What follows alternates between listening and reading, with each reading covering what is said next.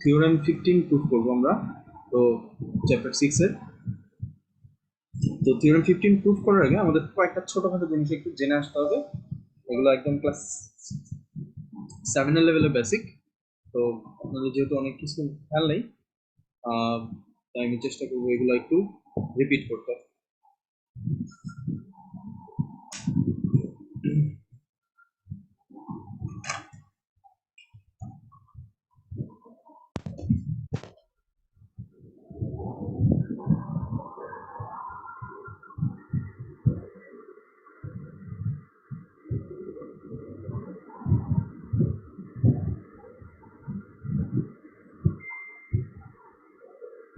তো আমাদের বেশ কয়েকটা জিনিস জানতে হবে। First of all, opposite angle. Opposite angle মোটামুটি আপনাদের অনেকেরই মনে থাকার কথা। তো অপোজিট অ্যাঙ্গেল হলো যদি এরকম এক্স ম্যানের মতো একটা সাইন থাকে এবং এক্স ম্যানের দুই পাশের দুইটা অ্যাঙ্গেলকে আমরা বলবো, এই দুইটা বলবো অপোজিট অ্যাঙ্গেল। আবার এইটা আর এই অ্যাঙ্গেলটাকে আমরা অপোজিট অ্যাঙ্গেল বলতে পারি। দুইটা লাইন ক্রস করবে এক্স ম্যানের মতো, করার পর অপোজিটে যে দুইটা অ্যাঙ্গেল থাকবে, ধরেন এইটা যদি 30 ডিগ্রি হয়, এটাও হবে 30 ডিগ্রি, ঠিক আছে? তারপরে এটা যদি 120 হয়, এটা হবে কত ডিগ্রি? 120। মানে অপোজিট দুইটা অ্যাঙ্গেল, ভার্টিক্যালি অপোজিট বলা হয়, এটাকে বলা হয় vertically opposite angles are always equal. এটা খাতার মধ্যে লিখে রাখবেন সবাই নোট করে, opposite angles are equal. Next thing, alternate angle. তো অল্টারনেট অ্যাঙ্গেল একদম ইজিলি চেনা যায়। অল্টারনেট অ্যাঙ্গেল জানার আগে আরেকটা জিনিস আমাদের জানতে হবে, ট্রান্সভার্সাল। তো ট্রান্সভার্সাল হলো এরকম দুইটা প্যারালাল লাইন থাকবে, দুইটা প্যারালাল লাইনের ঠিক মাঝখান দিয়ে, মনে করেন যে একটা স্পাইডারম্যান ফাঁস করে মাঝখান দিয়ে যদি চলে যেত, সেটাকে আমরা বলতাম, এই যে লাইনটা চলে গেল এটাকে বলতাম ট্রান্সভার্সাল, ঠিক আছে?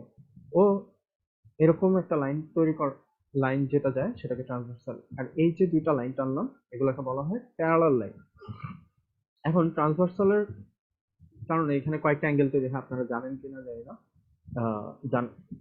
আমরা এখন জেনে নিব, না জেনে থাকলেও অল্টারনেট অ্যাঙ্গেল তৈরি হয়। আমাদের আপাতত অল্টারনেট অ্যাঙ্গেলটা জানলেই হবে, কারেসপন্ডিং অ্যাঙ্গেলটা আপাতত দরকার নেই। অল্টারনেট অ্যাঙ্গেল চেনার একটা উপায় হলো, যেমন এই অ্যাঙ্গেলটার অপোজিট অ্যাঙ্গেল মানে অল্টারনেট, এই যে লাইনটা থাকবে এটার এই পাশের আর এই পাশের দুই পাশের দুইটা লাইনকে অ্যাঙ্গেলকে বলবো আমরা অল্টারনেট অ্যাঙ্গেল। অল্টার অল্টার মানে উল্টা পাশ, হ্যাঁ। আবার এই অ্যাঙ্গেলটা আর এই অ্যাঙ্গেলটা, আমি যে দুটো ক্রস অ্যাঙ্গেল দিলাম এই দুইটা, মানে এটা যদি 30 ডিগ্রি হয় এটাও হবে 30 ডিগ্রি, এটা যদি 60 হয় এটাও কত হবে? 60 ডিগ্রি। তো এভাবে হলো অল্টারনেটিভ। অল্টারনেটিভ গুলো সবসময় কেমন হবে? ইকুয়াল। এখন আপনাদের অনেকে এটা মনে রাখতে কষ্ট হয়, তাদের জন্য একটা শর্টকাট টেকনিক বলে দিই। এরকম জেড এর মতো চেহারা দেখবেন এবং জেড এর এই কোনা কোনা চেহারাগুলো খুঁজে বের। যেমন এখানে দুইটা লাইন টানছি, এখানে আর এখানে, এটা দেখতে কি জেড এর মতো লাগতেছে না? আমি যদি এটাকে একটু মুছে দেই, দেখতে এরকম লাগবে, জেড এর মতো shape। তারপরে যদি এটাকে টেনে দেই, দেখেন এরকম করে প্যারালাল লাইন তৈরি হতেছে। তাহলে এই অ্যাঙ্গেলটা আর এই অ্যাঙ্গেলটা হবে অল্টারনেট। আবার এরকম হতে পারে, এই শেপটাও হতে পারে জেড, উল্টা জেড, এই দুইটা অ্যাঙ্গেলও কি হবে? অল্টারনেট।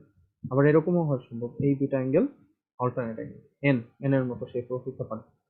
তো এরকম কয়েকটা শেপ আমরা দেখে রাখবো। তো আমাদের থিওরেম 15 এর মধ্যে যেটা লাগবে, যে ওইখানে এরকম একটা শেপ দেখবো আমরা, এরকম একটা শেপ দেখবো, এখানে এখানে দুইটা অ্যাঙ্গেল তৈরি হবে। তাহলে দেখেন তো এটা এন এর মতো, এই শেপটাও কিন্তু অল্টারনেট। কেন?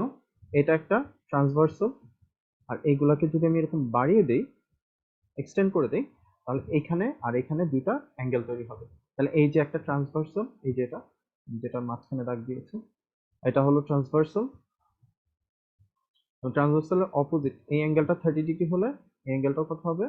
30 ডিগ্রি। এই দুটো হলো আমার opposite angle, sorry alternate angle. এগুলোকে আমরা কি বলবো? ইকুয়াল বলবো। এবং আরেকটা ব্যাপার আপনারা নোট করে রাখবেন, ইফ দ্য অল্টারনেট অ্যাঙ্গেলস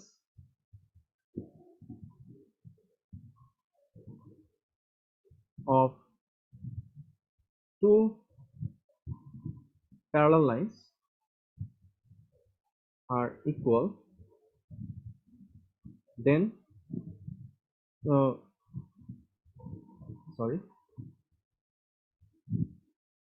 এটা একটু কেটে দিবেন, এটা লিখে রাখুন, আর একটু সহজ করে লিখে দিই আপনাদের জন্য।